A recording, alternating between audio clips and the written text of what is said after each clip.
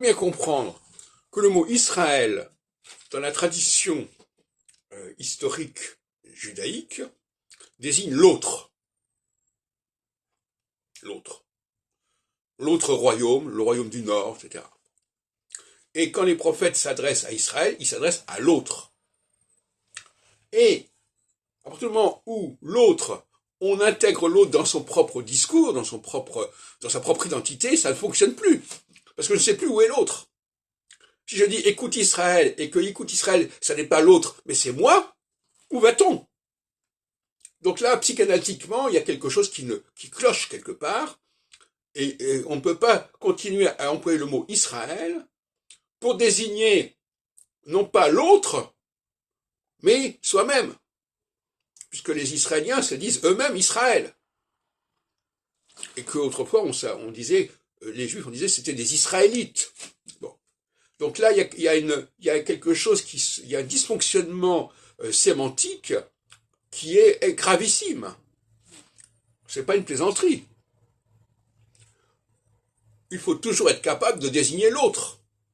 Et si l'autre, c'est moi-même, si moi j'applique ce que je dis à l'autre à moi-même, si je me désigne moi-même par le mot qui désigne l'autre, où va-t-on? Où va-t-on?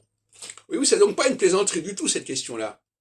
Or, vous relisez la Bible, elle nous parle, en grande partie, de l'autre, d'Israël. Lisez le livre de l'Exode. Le livre de l'Exode, il est consacré aux autres, les Bnei Israël. Comment peut-on... Et Moïse, donc, il s'occupe des Bnei Israël. Il s'occupe des Bnei Israël, tout comme Jésus s'occupe des Bnei Israël. Puisque Jésus dit, je suis venu pour les brebis perdues de la maison d'Israël. Et on peut dire aussi que Moïse est envoyé par Dieu à l'intention de la maison d'Israël. Et donc, d'une certaine manière, on peut dire que Jésus a pris modèle sur Moïse. Mais Moïse, c'est un mythe, Moïse. C'est une invention. Puisque les Israélites qui racontent la sortie d'Égypte, ils n'étaient pas là, alors c'était l'Égypte. Donc c'est un roman, c'est une fiction. Ils se sont appropriés cela, de même qu'ils se sont appropriés les 12 tribus.